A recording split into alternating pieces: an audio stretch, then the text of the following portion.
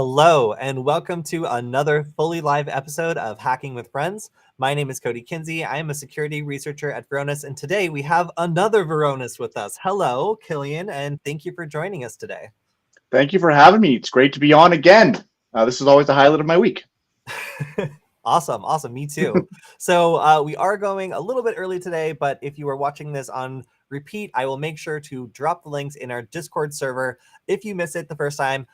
So yeah, we have a lot to talk about this week, a lot of news. A lot of people, per usual, are going to be getting free credit monitoring.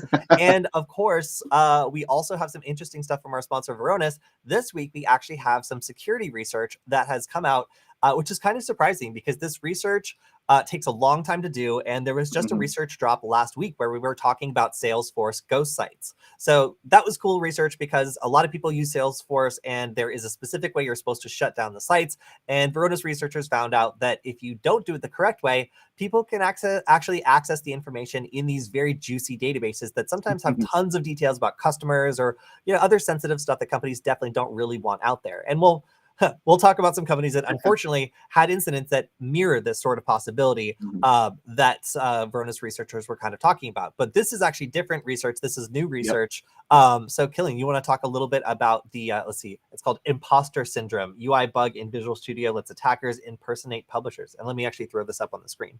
Yeah. So this is a pretty cool one. The high level is basically, so Kody, if you scroll down, I don't know, maybe about halfway, there's a pretty good visual representation. So in Visual Studio, you're not supposed to be able to change some of the information. So right there, like you can leave it on the top one. One up. Yeah, there we go. Yeah, you're supposed to be able to see this information. It's supposed to be immutable. If you go into Visual Studio, you don't have the ability to change some of this information because it's security related and it tells you if it's digitally signed and whatnot.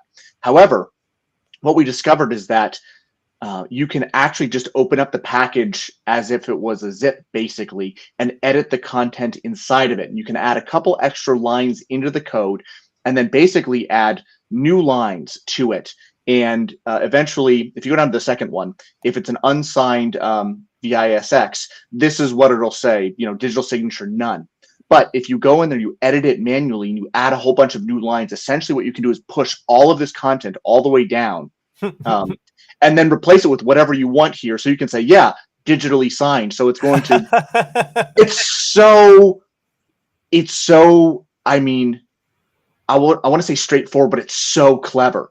You basically just overflow it off the screen and it pops off the bottom there and it'll trick somebody into installing it. So it's a really clever way to bypass the human element. Again, we've trained ourselves a little bit to look for this. Hey, yeah, I see the the security signature there. Oh, it's signed by Microsoft, verified. That's great. Like we've trained ourselves to look for that. But again, with a very straightforward but clever and novel attack, really, you can trick somebody into thinking they're installing something valid and legitimate.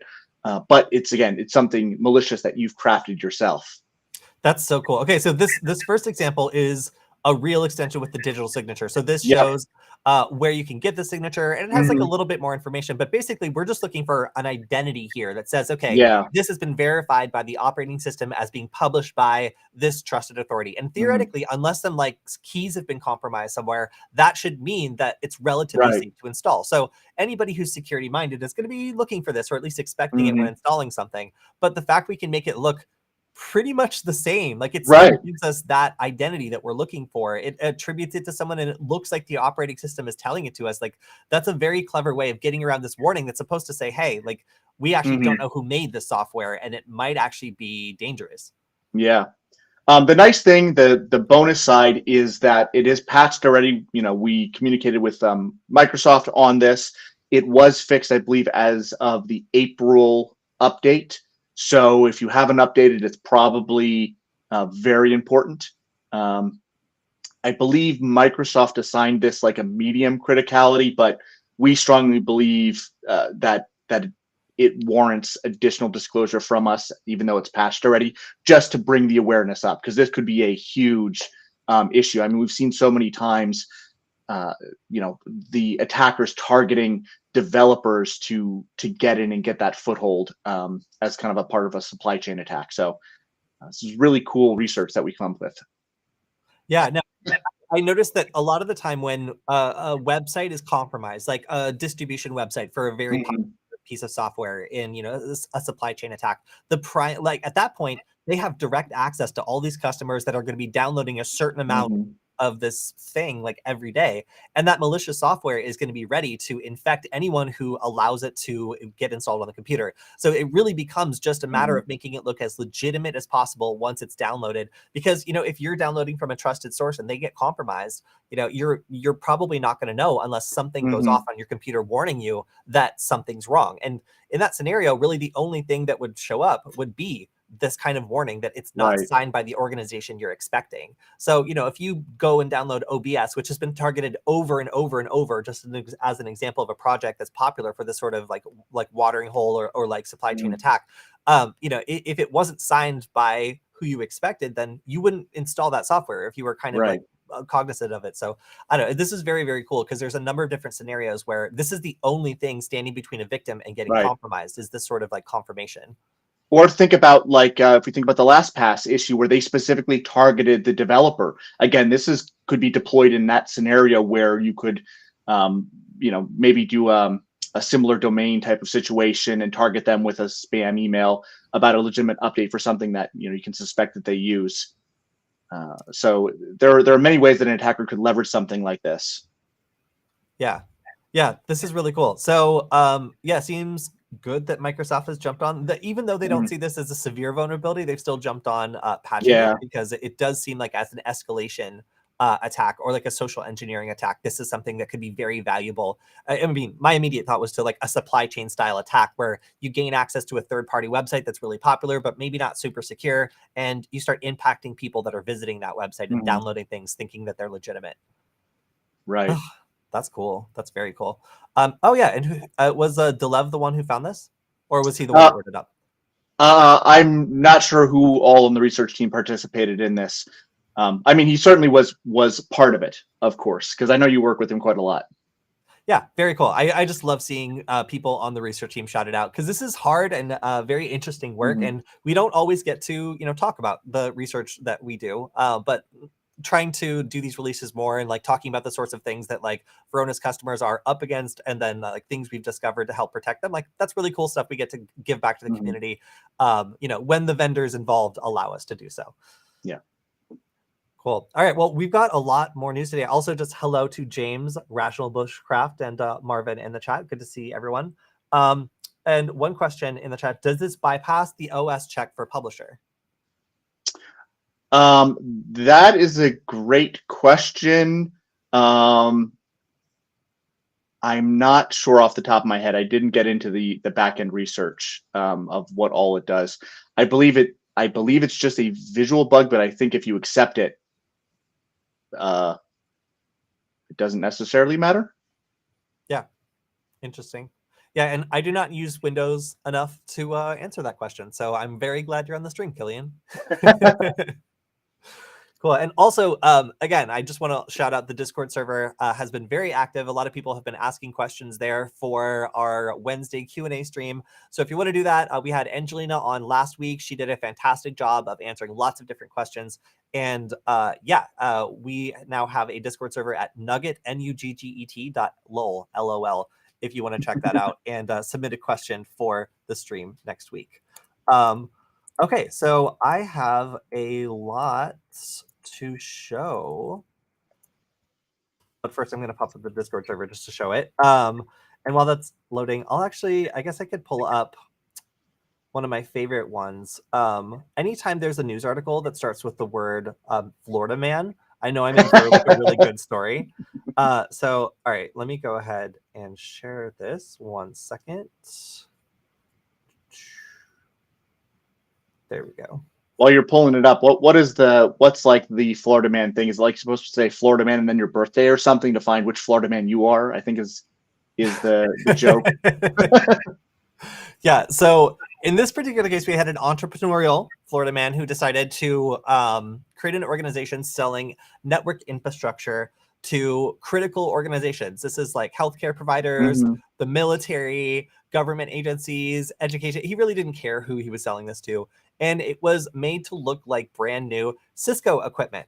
However, this was actually low-grade, reused, old, or sometimes just very, very cheap networking equipment from like China and Hong Kong that was smuggled in and kind of labeled as something other than what it was. Sure. He also gave specific instructions to these low-cost networking equipment suppliers to like either mislabel their shipments or send them in like smaller bundles on different days to avoid being caught. Basically trafficking in counterfeit Cisco products. So in the end, there was a number of different issues with the networking equipment, including security and performance, which is to be expected when running purely counterfeit Cisco equipment. And U.S. Customs and Border Protection caught 180 shipments of counterfeit Cisco devices sent to pro-network entities. So yeah, this is like if people figure they can get away with selling equipment that the people who are going to be using it barely understand, like it gets set up once and nobody ever really like interacts with it after that, maybe they think they're going to get away with this for a while. But the fact that this was such an organized scheme to import counterfeit Cisco devices and like just slap like a new Cisco sticker on them and ship them out to like the military is a pretty bold move. So I think the total dollar amount was $7 million that was confiscated. And he also has to forfeit $15 million in profits. And I guess is facing 6.5 years in prison.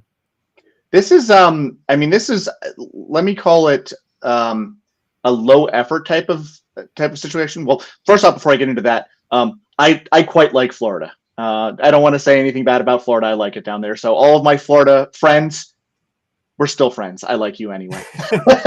But in terms of this is sort of almost, like I said, a low effort type of attack. What's more concerning is, and Kody, and this is a little bit off of the tangent, but the situations where they do get, real Cisco products, they've just been with a compromised or a pre-compromised operating system loaded onto them. So they got the real devices, they've, updated it to a, version of the operating system that's, I'm not going to say counterfeit, but is pre-compromised in some way, and then shipped it out. And that's much more difficult to detect. This is, again, pretty clear by some of the performance and other things like that. But it just goes to show, Of the two attacks, this one is much more like almost like traditional grifting, where like you're just slapping a sticker on something that's cheaper and sending it out. And whereas like creating your own botnet or being able to access these devices you're sending out later to do nefarious networking stuff, like that is something that is much harder to detect. Is something that you see being done with these sorts of suppliers that are nefarious and shady and looking for like different ways to make money. It's just funny that this guy landed on just like find the cheapest possible, barely passable networking equipment and then just like repackage it and like send it to the army. Yeah. That's kind of the thing though, is like, and it's not just like an endpoint, but whatever the device happens to be, if somebody compromises that piece of hardware, it doesn't really matter necessarily to a certain extent what type of security you have otherwise. If they have access to that backend infrastructure, like they have access, that goes, for your phone, for anything else.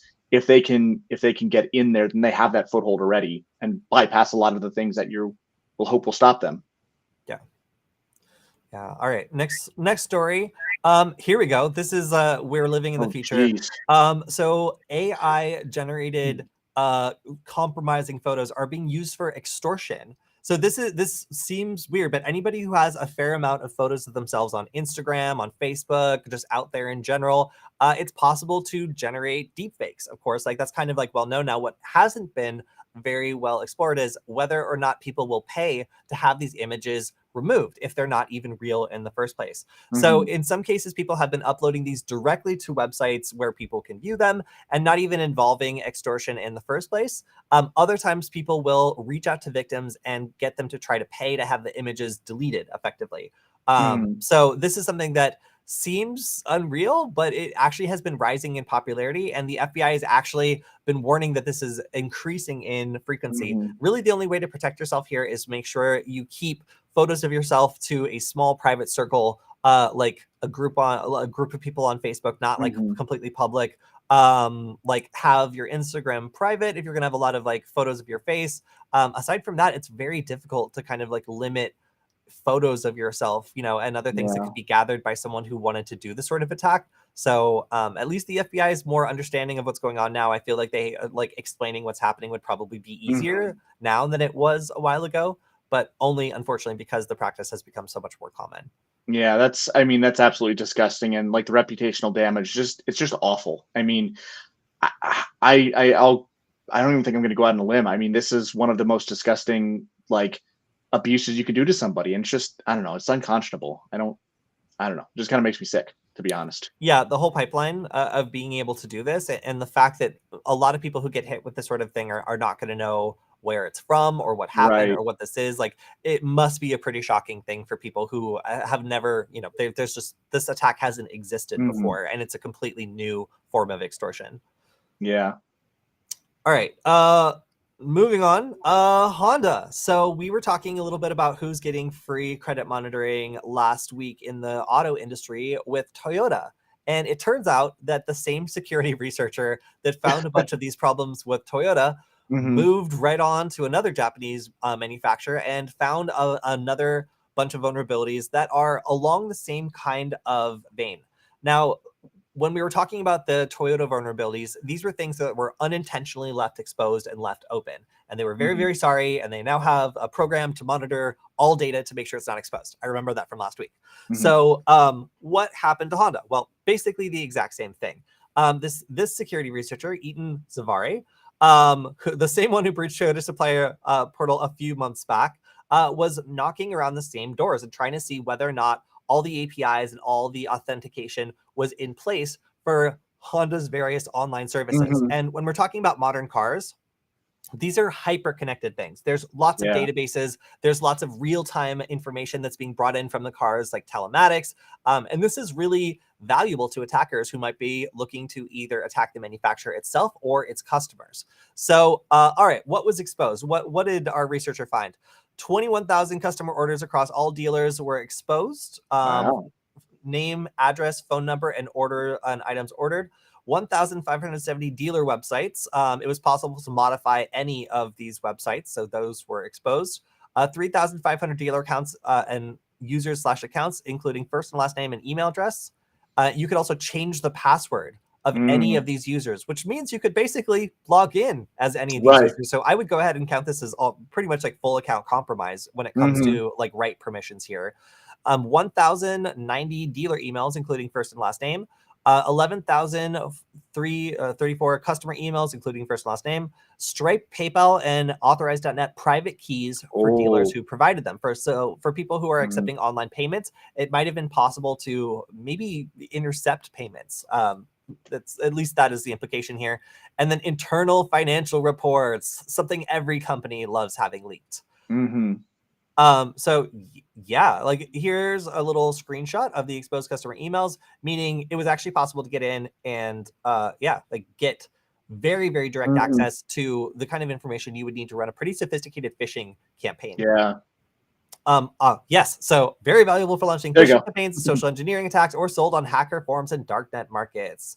So, of course, Honda had no idea it was exposing all this data because the security researcher hadn't, knocked their systems and seen if all of their services were up to par in terms of having all the security controls in place.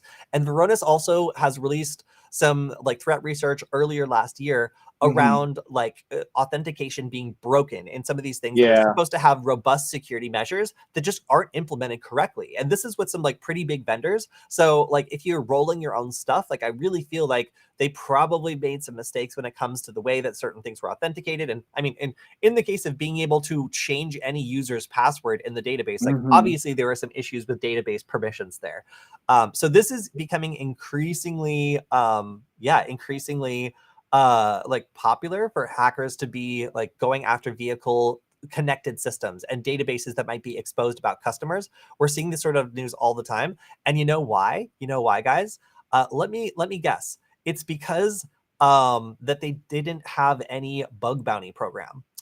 So yeah, no bug bounty program in place. Honda did not reward the security researcher for reporting all of this information, which is the exact same outcome as the Toyota case. So even though we are all discussing this now, like that's how big of news this is, there was no reward for this research. And that's exactly why the auto industry is so poorly audited, is because there's very little financial reward. And frequently these companies, they just don't fix stuff, or like they're focused on other things unless the breach is very, very big. So in this case, it looks like both Honda and Toyota are taking steps to fix this sort of thing. Toyota immediately has started implementing like data protection to make sure they know where their data lives, and that there's no unauthorized access to it. Because as we at Varonis know, it's very easy to lose track of your data in an organization that's large and has many contractors and stuff like that. So a lot of that kind of looks like par for the course here, and that like both of these organizations are working to make sure that even contractors and other other groups that are plugging into their companies are making sure to implement the kinds of like authentication and like access control that's necessary to manage like all that data and make sure that this sort of thing doesn't happen again. But still very wild. You can read a little bit more about the details, accessing admin panels, all sorts of stuff that this researcher should not have been able to do. And again, no reward for all of this research. So maybe that's what we should do. We should campaign for some of these organizations to really think about joining a bug bounty program, because it costs, let's say a little bit now versus a lot of brand damage down the road. It's I don't feel like it's that hard. So Honda, if you're watching, please maybe consider paying this researcher. Pay us researchers. We need it. Yeah. I mean, if you want the best people to come and audit your platform, you really need to make sure that it's at least as rewarded as hacking on other sorts of platforms that are just as critical. So here's a question from the chat. Is it become a trend for big five-star corporations to be exposed online? Yes. So a lot of the time, these ransomware groups have found out that it's more profitable to just like either threaten to leak the data or leak the data directly than to actually ransomware these companies in the first place. And sometimes it's just because these companies have defenses that makes it too difficult to ransomware them. So they'll just extract the data and then try to exploit them. But a lot of former ransomware gangs have turned to just exploitation, because just to contain the reputational damage and prevent, like their customers from being affected, a lot of these businesses are willing to keep confidential information confidential if these ransomware groups get a chance to grab it. So yes, it actually is a trend in cybercrime that they're moving more towards like extortion attacks because they're easier to pull off than ransomware attacks, which are hugely destructive and impossible to deny in many cases, like kind of removing the option for companies to keep it quiet in the first place. Yeah. And I mean, a lot of this goes back to, well, one, if you look at the interconnected nature of all of these things, it's not just, the cars and the telemetry that you're getting off of them, all of the systems. And just like we're talking about the supply chain attack, like everything is so interconnected that it's hard to know where the data lives in the first place. Or you might have an idea of where it's supposed to be, but there's probably tons of places where it actually lives. And then how it's flowing between all of these other systems, especially as you hook it up. And I mean, Kody, I think we talked about this maybe even years ago, with some of the disclosure forms where it's like, oh, your data might go to these 90 different third-party vendors as it moves across. And I mean, that's exactly what we're seeing kind of. I'm not going to say our worst fears come true, because I'm never going to say it couldn't get any worse, because it always seems to, but you know what I mean? Yeah. All right. So next up we have a good story, a story I like. So Kilian, have you used the new Bing yet? It's always popping up, but I haven't really used it for anything. Like I haven't gotten creative with it, I guess I'll say that way. Let's see. So I really enjoy Microsoft Edge, just because it is a window to Bing. So you start here, I can tell it what level of explicitness I want in terms of like being really, really accurate or being really creative. So like I could tell it, make a creative response where I don't care if it's accurate, or I can tell it to be very precise. So like I ask it to write a program, it'll write a program for me. Lots of people want access to this. When we were having a production problem, we were able to get clean HDMI output, although my friend actually figured this out himself, but still kind of a nice thing, right? So in terms of being able to search for information quickly, like this is a really good way of being able to use this. Like, so I would say if we are limited and don't want to use Microsoft Edge, maybe we don't feel like it's the best browser. It was previously impossible to access Bing Chat, and that is something that is sad, because frankly, it's a free window into ChatGPT-4 that can be quite useful for solving problems. So Vivaldi's decided to do that by just spoofing its user agent string. So like I said previously, if you tried to access Bing Chat on like anything other than Edge, it would prevent you from doing so and tell you that you need to download Edge. And I did that because I use the image creator all the time. It is wonderful. But for the just chat, I'm like, like it's nice, but I wouldn't download the whole browser over it. So I feel like a lot of people haven't tried this out just because you have to have Edge to use it. And I can't honestly wait to get rid of Edge because now it seems like I can just use another browser or just spoof my user agent. And I don't know why I didn't think of this to begin with, but if you spoof your user agent to the correct one it is expecting, then it'll just let you use Bing Chat, and you can get a free window into ChatGPT 4. You can get like a bunch of responses from it that are very useful for doing all sorts of things, and you don't have to pay for them. So I love free stuff, and ChatGPT 4 is the better of the two when you're like writing responses or whatever else. I hate getting blasted with like the free one now. Like I find it like very easy to detect. So if you want to be able to trick people with AI and write good responses and stuff, then go ahead and just either use Vivaldi or spoof your user agent. And of course, you can do this with a user agent switcher extension, of which I have several, in order to make this work for yourself without needing to install Vivaldi specifically. It's just interesting to see Vivaldi being willing to put it on the line in order to like get access to another company's services on their browser. I don't know if Microsoft is going to get angry about this. Frankly, like I feel like they have the money and the time to get angry about something like this. So good on Vivaldi for like putting themselves out there. I almost expected to see like a comment from Microsoft like on this article because I'm sure that the bleeping computer person reached out to them for comment, but no comment yet. So seems like Vivaldi is able to let you access the service. And now, I mean, if you just want to spoof your own, then you can go ahead and do it in your own user agent extension without needing to rely on Vivaldi's boldness to pay off for them, because they could get told to stop doing this relatively easy, I feel like. Okay, next up. So do you remember the MountGox crypto exchange? Yeah, I remember.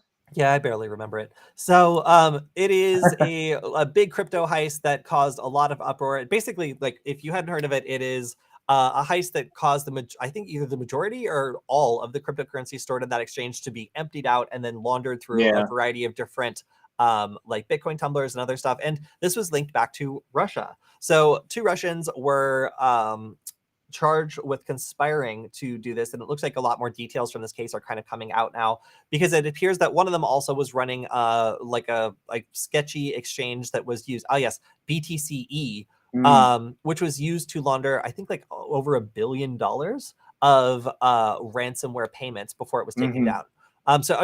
They helped cash out 95% of ransomware payments, which is a lot. 95% is a lot of that market.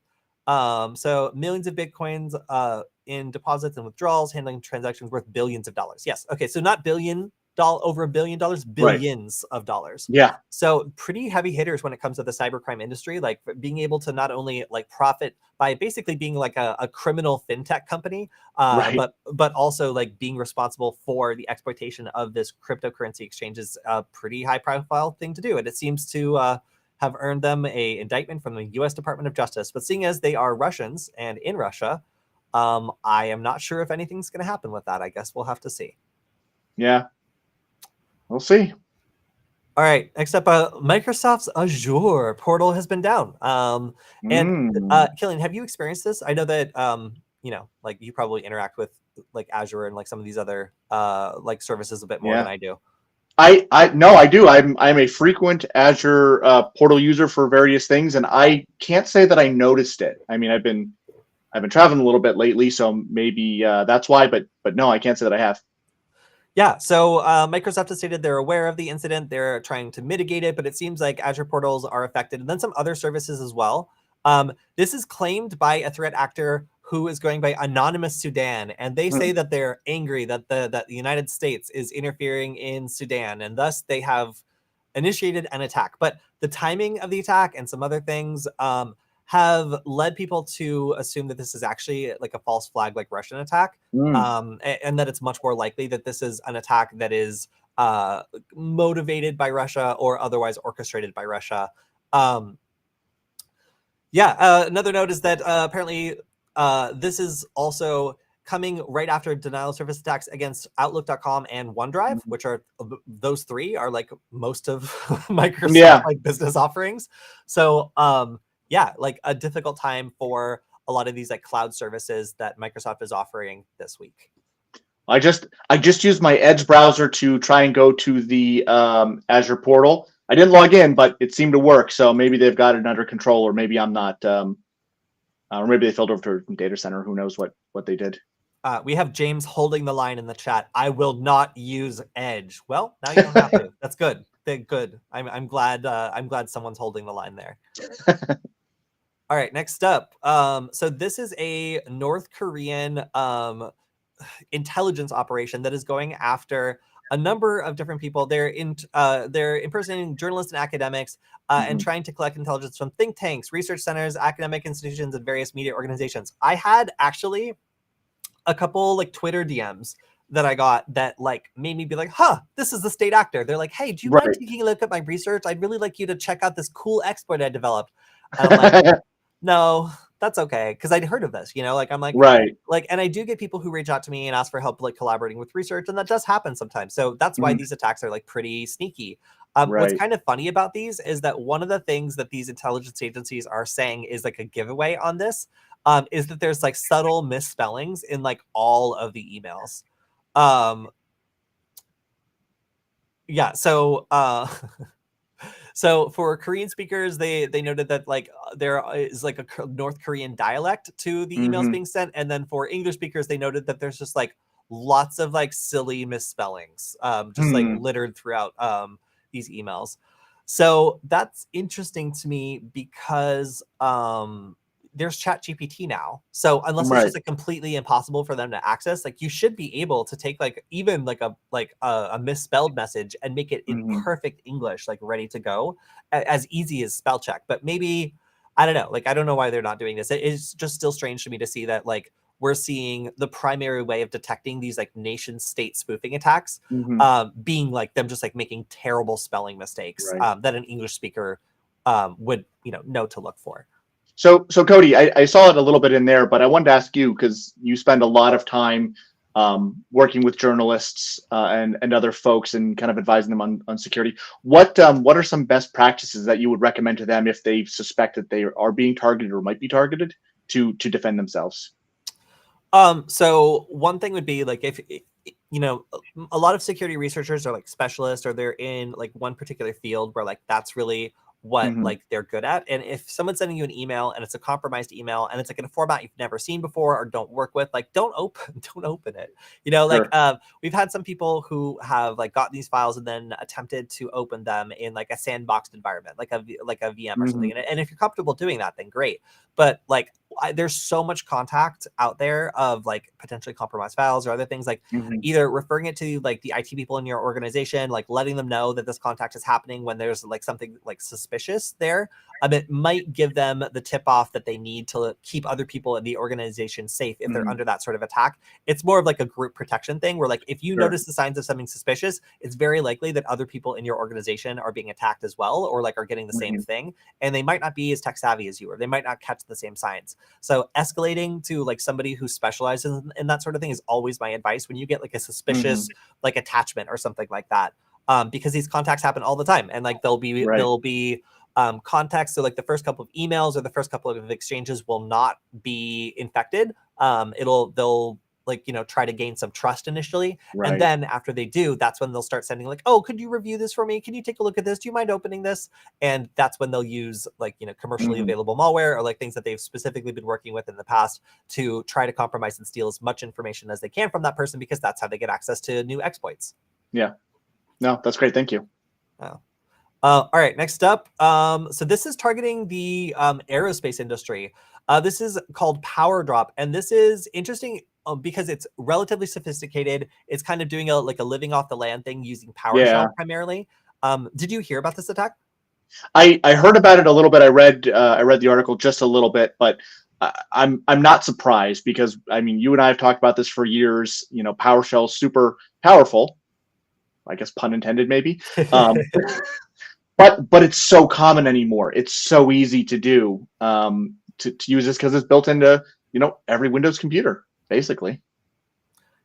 Yeah. So this is using built-in tools to act as a remote backdoor or a rat. Mhm. And just the fact that it's sophisticated, using off-the-shelf malware, like this is all the signs that we would see of someone who's looking to conceal their identity, has a Mhm. good amount of resources, and is going after a target that is likely to get investigated when they get popped. Yep. So you don't go with like, I mean, North Korea does this because, they don't care. But typically, if you have access to lots of resources, lots of exploits, like you won't use your Mhm. best ones for this. You will instead use sophisticated techniques and like very tricky ways of living off the land, Right. and not using anything that can be traced back to any particular group, like malware that you can buy off of marketplaces or that has been open source. Like this sort of thing is the foundation for clandestine groups that are well resourced and good at hiding their identities. So that Mhm. appears to be what's going on here. Just very technically interesting to see what a very tech savvy and nation state oriented group would be using when going after a very high visibility target.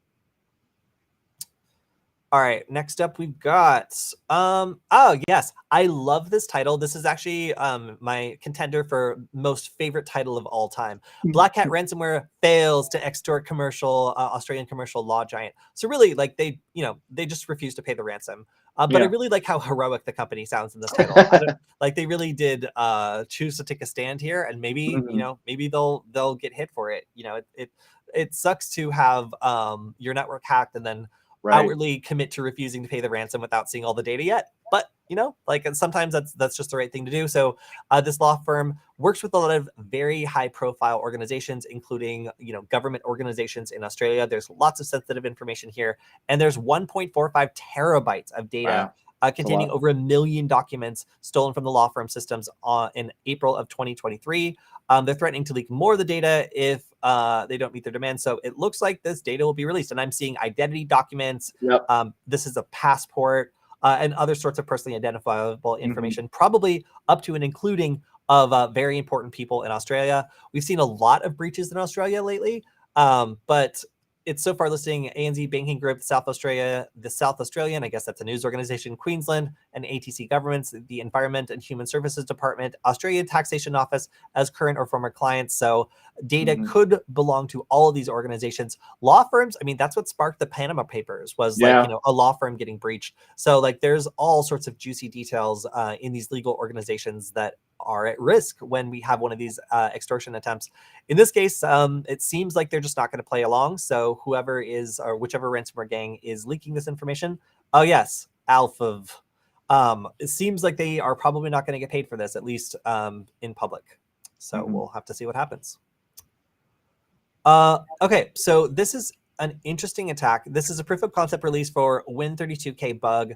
And this is a privilege escalation vulnerability that has been fixed in Windows 11, but is still something that can be exploited in older Windows installations. And this is something that you already need to have like system access, but it gives you Mhm. system privileges. So if you are Right. like logged in, or if you get access to a system that's already running, you can upgrade yourself to system, which is just lets you basically do whatever you want. Yeah. So yeah, it looks like it's been used in zero-day attacks, and a proof of concept was released. However, it also seems like it's just not going to work against like fully updated Windows devices, especially if they are already running Windows 11. That's pretty much it for this one. So if you're curious about how this works, there is a write-up from this company about how it works with the proof of Yeah. concept. So you got an old Windows computer that you want to test this out on, it seems as though this is going to go through the entire process of Mhm. exploitation with full code and proof of concept. So check it out if you're interested. I just like the fact that they attach the proof of concept, just means this is Yeah. very fun if you're a researcher. All right, what's next? So we have a cybercrime group that is mixing it up with cybercrime and espionage. Worth mentioning, there's a lot of overlap between how these groups Yeah. make money, and sometimes they'll be affiliated with nation states, or at least like be in league with them if they find anything particularly juicy. They're always trying to make more money, and some of these like extra, I guess I would say like ransomware / extortion attacks like really lead to Mhm. them finding data that would be extremely valuable to certain people and maybe not like the Right. rest of the internet. So if the victim isn't going to pay, sometimes they'll just offer the information available for sale if they feel like it's juicy enough and somebody would want it. Right. And that's when they can kind of make more money. So this is more like a cybercrime trend than Yeah. anything else, but still very interesting. gonna kind of skip that one though, because I think I got most of the details out. All right, so next up is Chrome is trying to become a real password manager. And why, Kilian, why do you, I mean, maybe you do, but why wouldn't somebody use Chrome as a password manager? I would worry because it does other stuff. It's a browser, and you could install other extensions and things like that. You have, I would think, additional routes in to maybe connect that. It's not a standalone app, even though it is connected. That would be my fear, to be honest, is just if you have some type of other browser exploiter, you can pop it. That might open up the password manager also. Yeah. If it's not done right. That would be my biggest fear about it. Yeah, so the number one selling point of this is convenience. Like having it in the Sure. browser means it'll autofill for you. It'll make like your online life a lot easier. The negative part is it's so much more susceptible to like data theft or stealing. There's been lots of different attacks I've seen, like USB rubber ducky style attacks where like you're plugging in a device and it's like going in and copying and sending out like everything in like the Chrome like password manager. And then there's also attacks where people will make like a Java script that runs in the background and like exposes a bunch of different potential form fills, and then like will accept text from any form fill that automatically fills. Really interesting how you can like enumerate a bunch of like hidden forms and then see which one the password manager attempts to autofill and then use that to potentially capture credentials. That is an attack that is real and sometimes can trick password managers into autofilling credentials that they're not supposed to. So somebody using something like 1Password or a password manager that's using like a browser extension or something like that, you get an option before it autofills. It asks you, like, you have some choices, whereas Chrome, in its attempt to be convenient, will go ahead and just kind of autofill this and make it like, you know, easy for the user.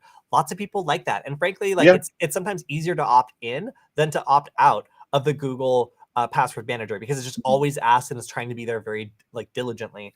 But they're at least attempting to upgrade this by making some general upgrades for the way that it works and how it secures things. Biometric authentication on the desktop is great. That is making it a lot more like some of these other third-party password managers that are plugins and work very well. Yeah, I appreciate their attempts to upgrade this because a lot of people do use it for its convenience, and it's been the frequent victim of some of these USB style attacks where, like, once you have access to a computer that's unlocked for a minute, you can frequently dump these credentials pretty easily. I've actually written a couple of them myself. So one that I wrote was on a macOS computer. It was possible to dump the, I think, Chrome and Firefox credentials using a bad USB script. And I used a canary token to like base 64 and then send these out to a remote server. So obviously, like not a great thing if you can just plug a device into a computer, grab these credentials and send them out all in less than 30 seconds. So yeah, yikes. James is saying really quick, I assume the passwords all stay unencrypted once you enter your password in Chrome. That's actually a good question. I'm not entirely sure, but that's that would be bad. Yeah, I think the thing here is like it used to be possible to access like the passwords in the password manager without authentication in Chrome. If it was like already open or like under certain circumstances, and that's like the basis of a lot of the attacks I saw was just like exporting it real quickly because it just didn't have like a lot of control. It just assumed that if you were logged in using Chrome, like you just were already able to access authorized. Yeah. All right, next up. So this is another ransomware attack. So this is a pharmaceutical company that says that they took a lot of their systems offline and were more or less like rolling with their incident response plan. It was noted that a lot of their IT infrastructure was taken like, you know, off of the internet, and they're trying to contain the damage. But it seems that in general, they had like a decent incident response plan and things are like going according to that, or maybe they just have a great PR team. Either way, they are now listed on this ransomware portal. So it seems as though like at least some of the data has been exfiltrated. Aside from that, we don't really know too many more details about this other than it was noted that a lot of their IT infrastructure went offline and they did acknowledge that it is a ransomware attack. Yeah, unfortunately with these things, it's by the time the ransomware actually kicks off, like we talked about, there's a very high chance the data's been exfiltrated because you're going to pay to not have it go out. Yeah. All right, next up. All right, so Kilian, have you been tracking the Royal Ransomware Gang? No, not so much. I mean, I've heard of them, but there's so many. Yeah, there's a lot of like rebranding and other stuff going on because Yeah, like these gangs operate as like affiliates sometimes, or otherwise right. they'll like stand up infrastructure to like use a particular type of software to commit a crime, and then they'll accidentally pop like the city of Dallas, Texas or something, Right. and get so much heat that they need to rebrand and shuffle things around because law enforcement agencies start going after them with a Hmm. lot of resources and really start like looking for that organization. So like Royal Ransomware was seen as potentially rebranding in the immediate future. And it was looking like they were going to be like shifting over to this new like branded encryptor. And then they kind of shifted back. So like they did Hmm. an operation or two like using this new brand, and then they've kind of gone back under the new one using a new black suit encryptor. So these groups are Hmm. always looking for like faster, more stealthy, or easier ways of encrypting their victims because they often have, as you said, a very limited window for this to work before the Right. restrictions clamp down and incident responders have a chance to start shutting things down and limiting the damage. So yeah, just a little bit of cybercrime drama, just seeing the ways that these organizations are changing their brand, they're trying to implement new technology, and also getting a good amount of heat. Yeah, after going after organizations that they maybe should have just dropped, because sometimes it's just not worth it to have like the whole apparatus of the federal government coming after Right. you at the same time. But if you're good at something, follow your dreams, I guess. All right, so Microsoft, we are talking about how do you get $20 million in privacy violations? Well, you violate a federal law that requires you to not collect information about children. So it Hmm. seems like Xboxes were collecting information about users who indicated on sign up that they were under 13 years old. Right. And this law specifically deals with children under the age of 13, requiring parental consent, the ability to review and ask for the deletion of the child's personal information, and the ability to refuse data collection. None of that was done. So Right. Xbox was actually collecting this information and storing it for years between 2015 and 2020. And the FTC was accusing Microsoft of storing children's data in its servers without providing parents any of these abilities to delete Hmm. data or otherwise know that it existed. So that is how you earn a $20 million fine. Microsoft will now have to implement the following practices: informing parents of the additional privacy protections, obtaining parental consent before getting accounts created, deleting all personal data if it is no longer needed for providing the services that dictated the original collection, whatever that means, delete all user data stored on its system that it collected without acquiring parental consent, delete protected data within 2 weeks of the collection date, um, extend protections to third-party gaming publishers, and then finally extend protections to biometric and health information collected for creating avatars if the collection is combined with personally identifiable information. Hmm. They collected the avatar information as well. That's weird. So yeah, Yeah. that's how you get a $20 million fine. This is just, I mean, it's so dumb too. And I guess the one point that you brought up about like the using it for the purpose it was collected, that almost is like GDPR like sounding, where if you do collect some of this information, it has to be for the explicit purpose it was collected. You can't send it to your marketing folks and your everybody else to do some type of research on it for some other reason. If you're going to collect it for a specific like legitimate use case, it can't be repurposed for something else. And at least here in the US, we tend to be data hoarders, like just in case something might be useful for somebody else in the future. Or we can sell it to a Right. third party. Yeah. Yeah. Yeah. So a little bit of discussion in the chat also about the password manager thing. Mhm. So previously, the password manager, the Chrome password manager, didn't stay unencrypted, but were accessible with your Windows login password. So if you could Mimikatz it and get access to that password, then you could get access to them, which is like a Mhm. pretty big password dump. If you're able to get like the user password, and then you can also proceed to get all of their online passwords, like that's a pretty Mhm. big jump in escalation. All right, we're almost out of time, so we might have to race through these last ones. Um, so this is a really big one. So I've been seeing all sorts of news, including CISA saying that you need to upgrade because of this, about this Move It bug. Kilian, have you seen anything about this? I keep seeing the headlines on it, but I haven't had quite enough time to dive in deep to really understand it. So this is, I think, the piece of news that we're going to be hearing the most about over the next several weeks. So this was I guess like a data transfer service that the CoOp Ransomware gang gained access to, and they are operating in extortion mode. They're not looking to be, despite their name, CoOp Ransomware, they are still in this case looking like they are reaching out to and doing extortion attacks on anybody that has been involved in this. And it seems like a lot of very large companies were involved in this breach. They're saying that the military, children's hospitals, governments, etc., like this, we know to attack. I'm sorry, etc. Like this, we know to attack. So that's reassuring. And all their data was erased. But anybody who doesn't fit a children's hospital, a government, or a military, it seems, is open season. At this point, it seems like this breach has been done. They have got most of the information they're looking for. And now it's going to be a period of time of them sifting through the information, deciding how valuable that data is and who it's valuable to, and then reaching out to the organizations impacted and trying to get a ransom from them. So yeah, big attack, lots of companies. That's the wrong story. Big attack, lots of companies involved. And so bad that, the cybersecurity infrastructure organization is advising people that they need to get this fixed immediately, because it is going to be, if the CoOp Ransomware gang hasn't already gotten your data, somebody else will grab it in the immediate future. Yeah.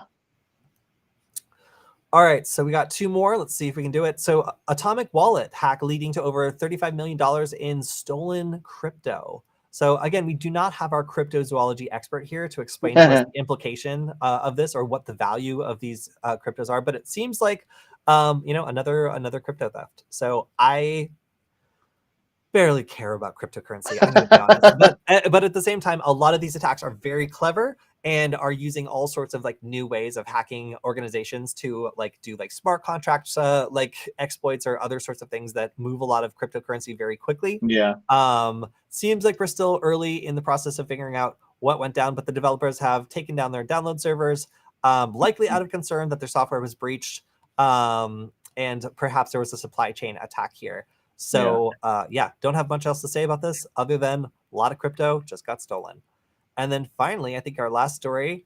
This one's good. So, all right, we're at Kilian. I know you got to go, but so this is a new attack that is actually going after websites to use them as C2 servers. And this is injecting credit card skimmers on targeted e-commerce websites. And what's kind of happening is like it'll go after vulnerable websites, use it as a place to stage like the communication, and then kind of use that website's legitimacy to get around any sort of like malware detection or like malicious IP address connection sort of vulnerability. So it's basically acting as a proxy to like get a bunch of credit card skimmers the ability to run tons and tons of cards that they've bought off the darknet.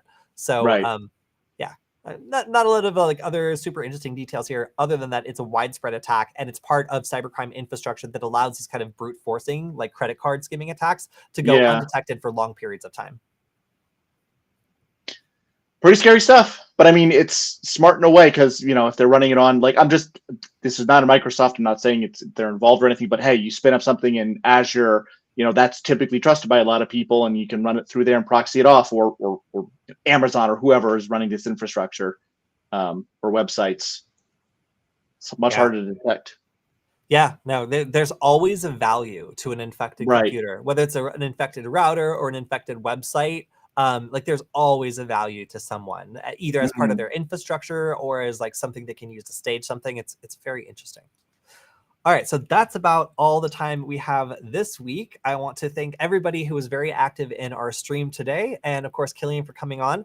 Kilian, also thank you for walking us through the new Varonis threat research. If you guys want to learn more about it, I will update my varonis.com/Kody link to go directly to this research so you can check it out this week.